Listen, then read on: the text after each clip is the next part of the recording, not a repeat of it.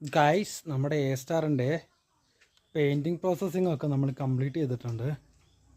ഇതിനകത്ത് നമ്മൾ ഈ 2 ഡോറും അതുപോലെ തന്നെ 2 ഫെൻഡറും ഫ്രണ്ടിലെ ആ ബോണറ്റും അതുപോലെ തന്നെ 2 ബമ്പേഴ്സുമാണ് നമ്മൾ പെയിൻറ്റ് ചെയ്തെടുത്തത്.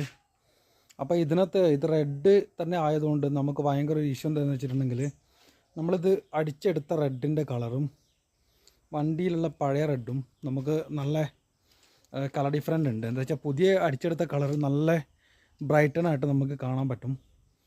പഴയത് നമുക്ക് ചെറിയൊരു ഫെയ്ഡായ രീതിയിലാണ് കാണുക.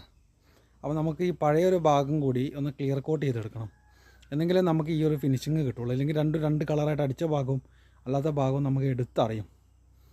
അപ്പം ഇന്നത്തെ നമ്മുടെ വർക്ക് എന്ന് പറഞ്ഞിട്ടുണ്ടെങ്കിൽ ബാക്കി സൈഡും കൂടി ക്ലിയർ അടിച്ച് മൊത്തത്തിലൊന്ന് കട്ട് ചെയ്ത് പോളിഷ് ചെയ്ത് കഴിഞ്ഞാൽ നമുക്ക് കറക്റ്റായി കിട്ടി. നമുക്ക് ഇവിടെ തന്നെ നോക്കുമ്പോൾ തന്നെ കാണാം, ഇതിനകത്ത് നമ്മളുടെ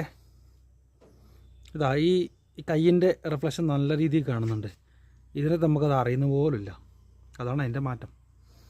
അപ്പോൾ നമുക്ക് അതും കൂടി ചെയ്തിട്ട് കട്ട് ചെയ്ത് പോളിഷ് ചെയ്തിട്ടുള്ള ഫൈനൽ ലുക്ക് കാണാം.